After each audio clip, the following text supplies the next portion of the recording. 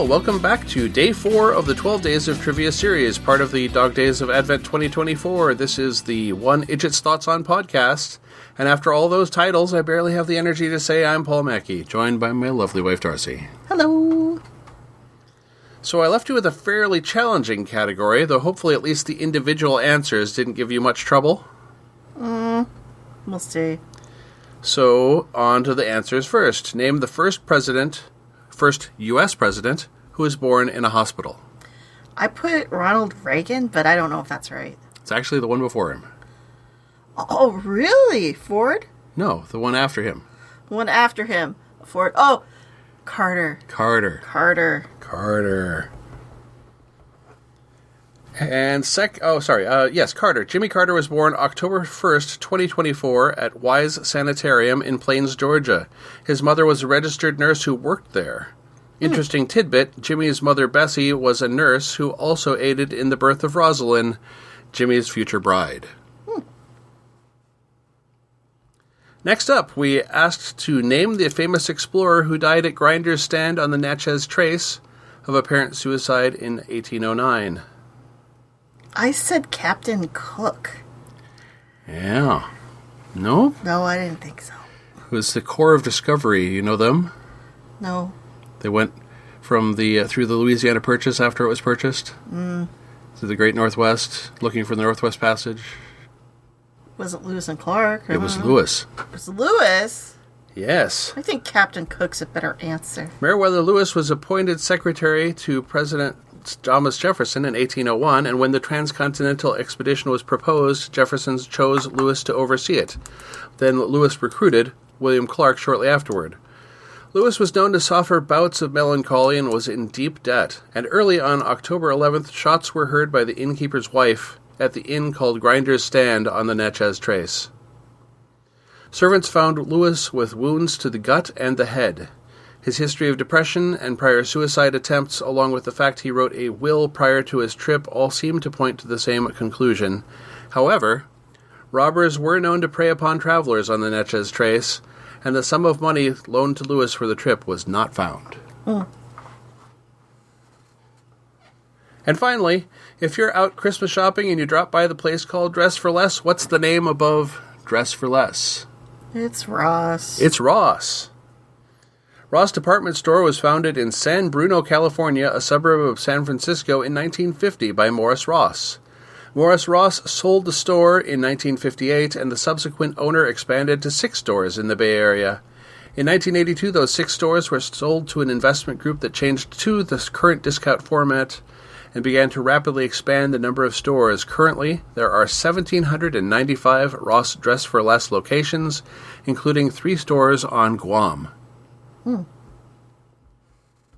So have a listen, and perhaps the extra point will come to you, even if you've missed so far. Carter, Lewis, and Ross. I think I remember what you told me, so I'm not going to say anything. All right. This may be more or less challenging depending on what age you are. Carter, Lewis, and Ross were all doctors on the TV series ER, played by Noah Wyle, Sherry Stringfield, and George Clooney, respectively. Yeah, I wouldn't have known that other than you told me once, so.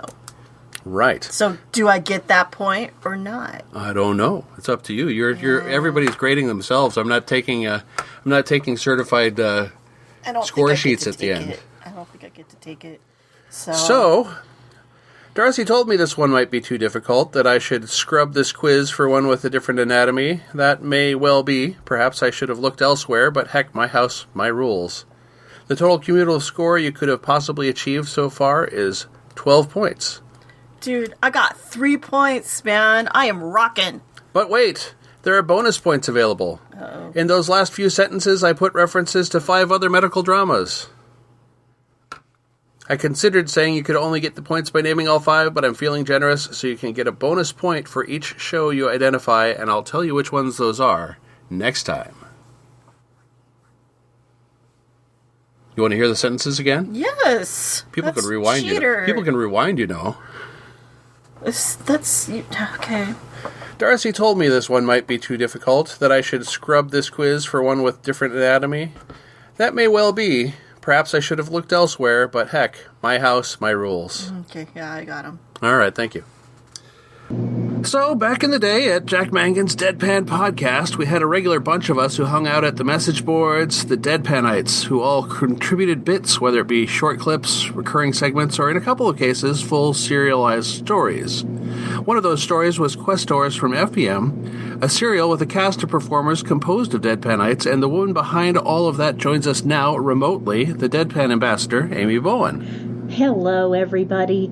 It's a pleasure to be on the show, and thank you for that great introduction. And, of course, the other project that we were all involved in was the Ghostlight podcast. I didn't just want to introduce you for 2 full minutes, so I decided to break that up between the two. Amy, Darcy, and I, along with Ben Pfeiffer, watched all 18 episodes of the TV series Slings and Arrows and commented on them in an introcast format.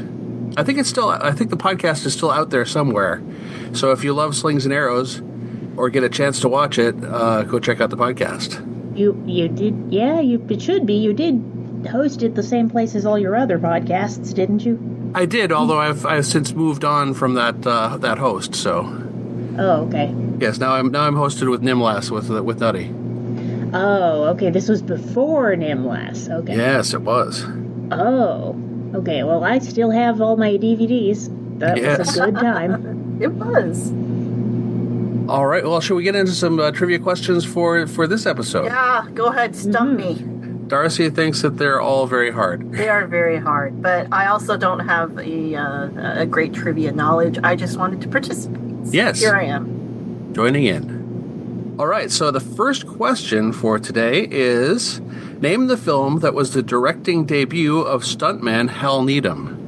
The film grossed $127 million off a $4.3 million budget and was the second highest grossing film at the U.S. box office in 1977. The plot centered around a challenge to bootleg Coors beer in Atlanta where it was unavailable.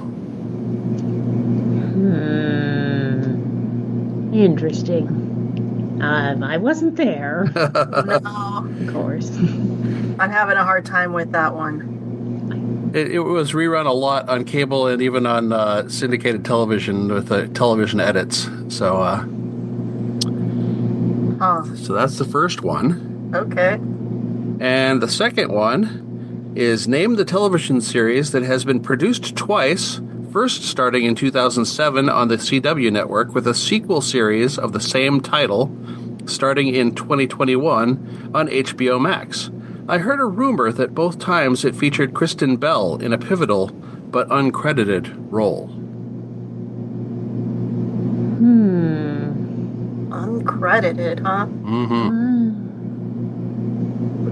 Don't really know. Sorry. Yeah, I don't know that I'm going to be helper here. Yeah, okay. Well, of course, so when I give all the answers, you still have an opportunity for the extra point next episode. It's good. I'll need it. All right, and back to film.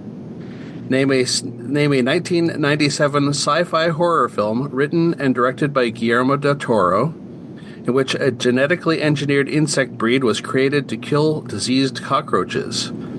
Del Toro did not have final cut privileges and later released a director's cut of the film in 2011 exclusively on Blu-ray.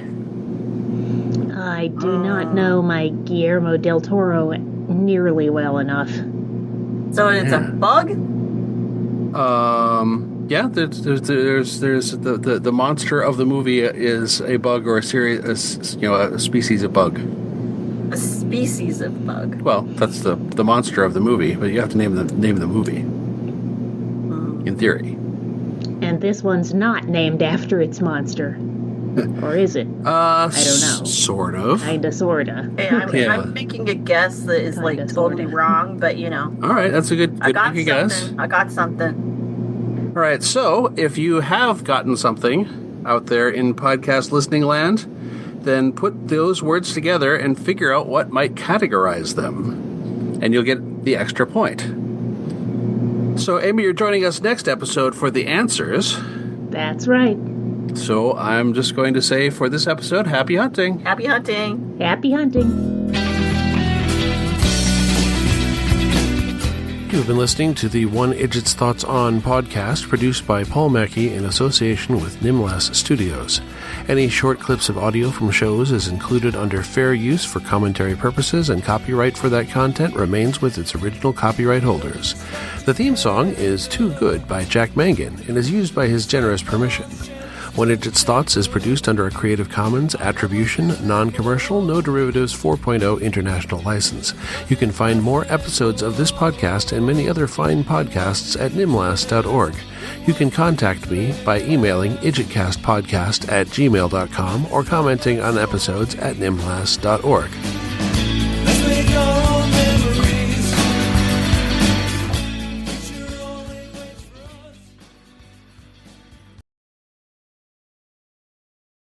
Secret bonus category A number 4 is Frog Bog. What connects all four?